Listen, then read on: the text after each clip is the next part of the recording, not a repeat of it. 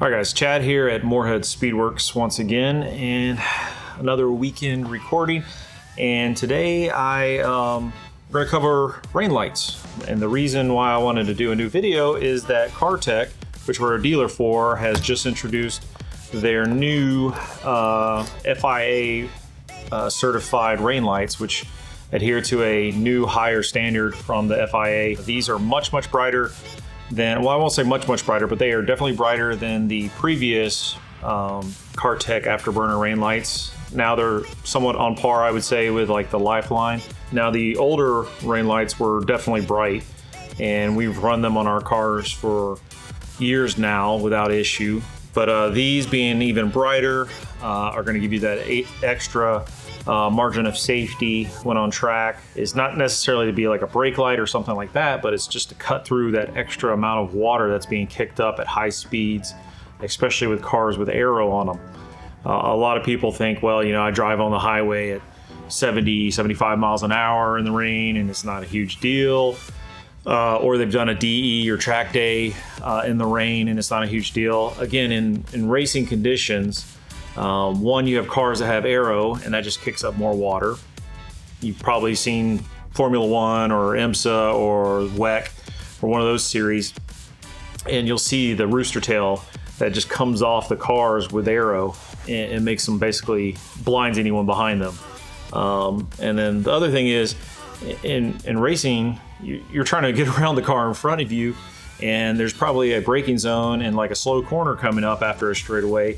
You know, things you're not going to see on the highway. You need to be able to gauge where the car or cars in front of you are. Are they moving left? Are they moving right? Etc. And so that's exactly what a rain light does for you. It's an extremely bright LED.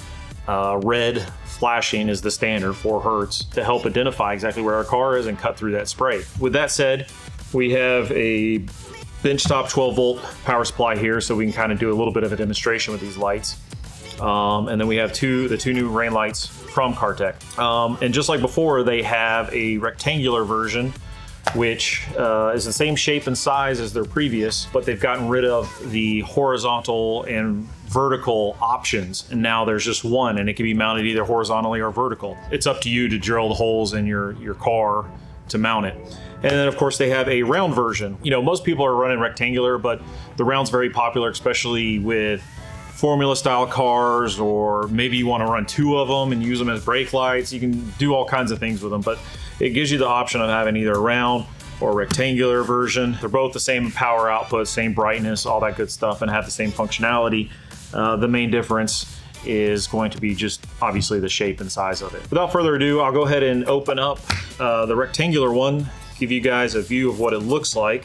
I won't call this an unboxing video because there's not a whole lot to unbox here. And then there's your light, and very basic design here. You know, 3 columns, and you've got 1, 2, 3, 4, 5 rows there, so 15 LEDs. On the back side, you have a little foam gasket that helps weather seal it to the car and keeps you from scratching or painting, that kind of stuff. And then on the very back, and I'll go ahead and take this little gasket off so it's just out of the way, you have 2 M6 mounting studs with nuts and washers. And then you can also see, and I probably got it upside down, but you can also see the FIA holographic certification sticker there, and then Cartek's own sticker, which tells you when it was made, the homologation standard that it meets, and the model number, and also a serial number. This is serial number 12, so we got a pretty early one here. I think we're one of the first ones in the States to get these in our hands. And then it has a little pigtail here with they've already removed the insulation for you for easy wiring, but 3 wires. Pretty straightforward, pretty basic instructions, and you can download these off their website, so if you want to get a look at it before you buy, you can do that. Okay, so flashing is the blue wire, black wire is ground on both modes, and if you just want solid, or they call it static mode, that's your red wire. And the instructions also include dimensions and where to drill your holes and all that good stuff on there as well. And then on the back side, they tell you how to wire it up for different configurations, whether it's flashing or solid.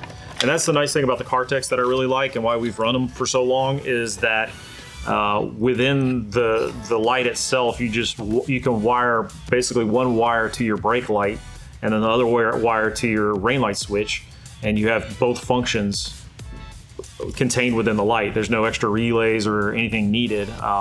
We usually throw like a small circuit breaker or a fuse on there. It basically gives you the ability to operate as a third brake light, a really bright third brake light, and then also a 4 hertz flashing rain light, all within one device. We'll go ahead and hook it up to our power supply, and I just have some alligator clips here. This isn't going to be permanent wiring. Typically when we install these, we're going to use like a Deutsch DTM connector. That way you have a nice weather seal, and if you need to depin it to remove the light, to have the car painted or wrapped or whatever, it makes it easy to remove. We always recommend, and just common sense says, install these in the center line of your car. That way it doesn't get confused. The car behind you comes up on you, and if your light is offset, they might misjudge where you are on track, and you could have contact. So we always just say center line of the car, and generally the best place to install it is going to be on the rear trunk lid, right where your license plate would have normally been. You don't need a license plate on a race car, so that's generally where we install it. In fact, we've done some cars where we had a carbon fiber faux license plate, so it could be installed exactly where the license plate was. And then if it's a dual purpose car, a track day car, you can take that off, put your license plate back on. As I mentioned before, black is ground, and then the red, again, if I remember correctly, should be solid. So we've got that just temporarily wired up, and I'll go ahead and turn this on. And there you go, solid, bright red.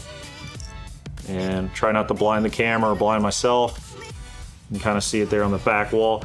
And I've got the lights on here in the shop, so it's not too dim, but this is much brighter and obviously clearer than we would have in a rain situation. But it is a very, very bright LED. Try to face this at both cameras here, and also bounce it off the desk there, but extremely bright. And if I take that same power lead and I hook it to the blue wire, we'll get the, give me a second, we'll get the flash. So there's your 4 hertz or 4 times per second flash. Most often this is going to be the setup you run in a rain situation. Equal brightness, it's just flashing 4 times per second. There you have it, the 2 different modes. As I mentioned, you could wire that to your brake light, and then you could have both functions. You could have flashing in rain conditions, and then as soon as you touch the brake pedal, it goes solid. Depending on your organization that you run with, that might be how they want you to run it. So you just have to look in the rule book for whoever you run with, whether it's SCCA, NASA, BMW CCA, Porsche Club, World Racing League, AER, whatever it is. Look into their rules, and they probably have something in their rule book regarding rain lights and exactly how they're meant to function. The afterburner style rain light from Cartek will generally meet any organization because it can either flash or be solid, or a combination thereof, and we'll cover how you can easily do that here in a minute. So I'll put this away and I'll quickly show you the round one. So we got the round one here, and it's not a huge difference.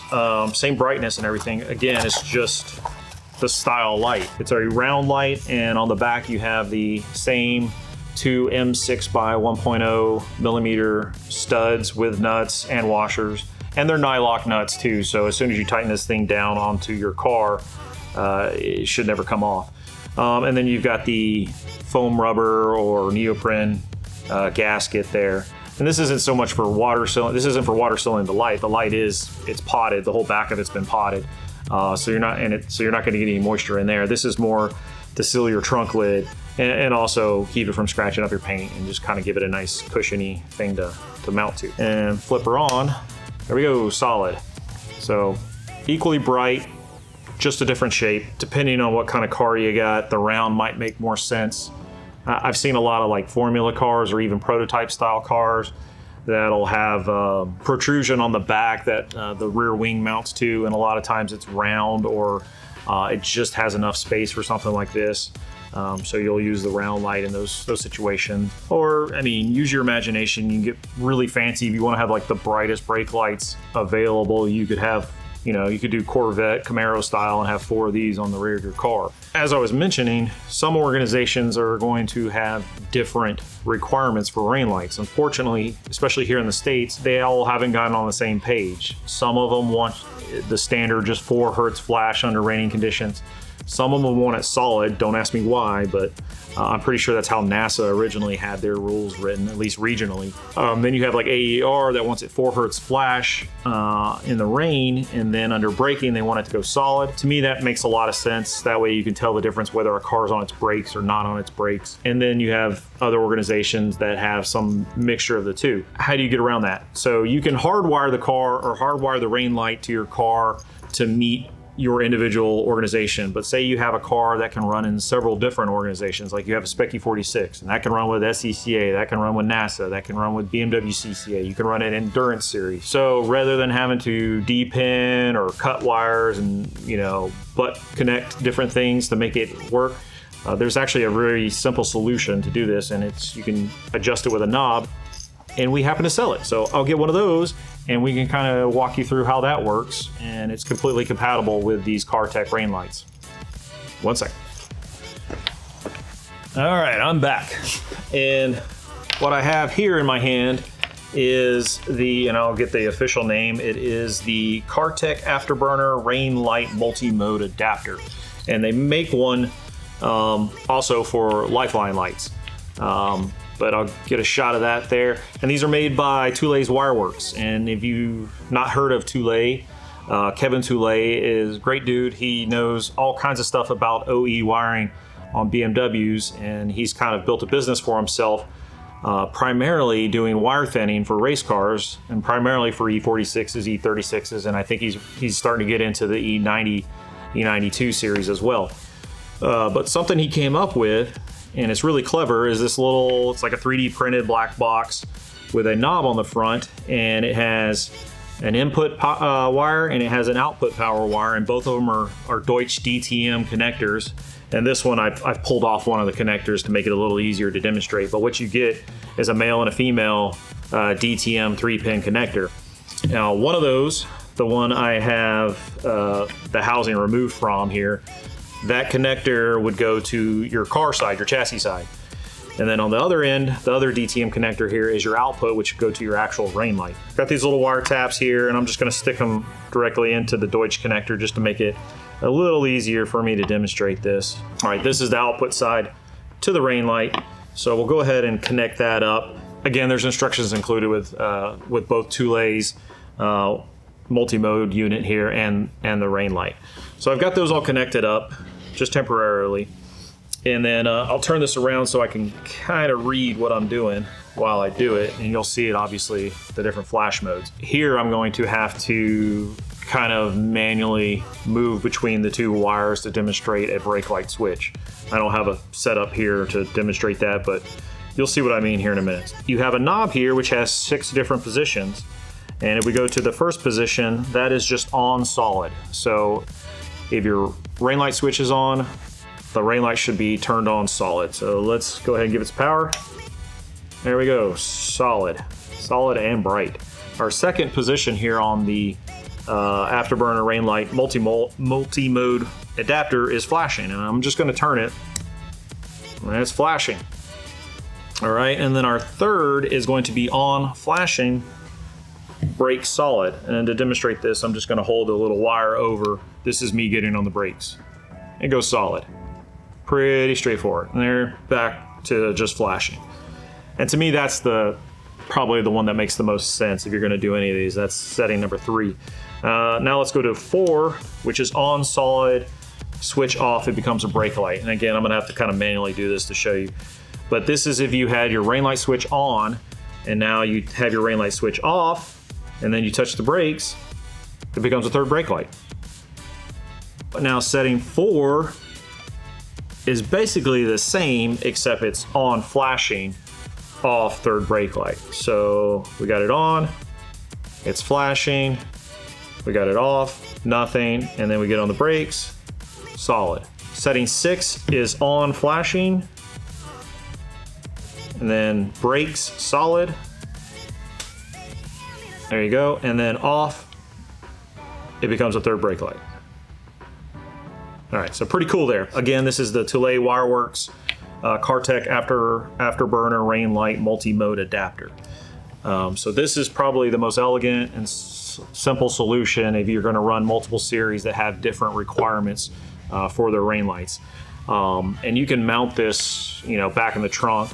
It doesn't need to be mounted where the driver can reach it, but you could mount it where the driver could reach it. So if you got on track and you forgot to change your rain light setting and you start getting black flagged for an incorrect rain light, which I've seen happen, you could reach over here and adjust the knob. Definitely a nice addition to almost any car that's going to run more than one organization. Or even if you're not currently running multiple organizations, it's nice to have this already wired into your system. So maybe you just want to, test the waters and run with someone else, and you don't want to get DQ'd for having an incorrectly operating rain light. So pretty good investment. Cool stuff. So I think that'll about do it. I think we've gone into rain lights enough, and if there's any questions or there's anything I missed or mistakes I made, just put them in the comments. I'll try to respond as quickly as possible. That's going to do it for us here at Morehead Speedworks. Gunner's here whining because he's probably ready for dinner, and if you didn't hear the dog, it's because I put him in silent mode. I took his collars off. Well, that's going to do it for us from Morehead Speedworks. I'm Chad once again, and I'll see you at the track.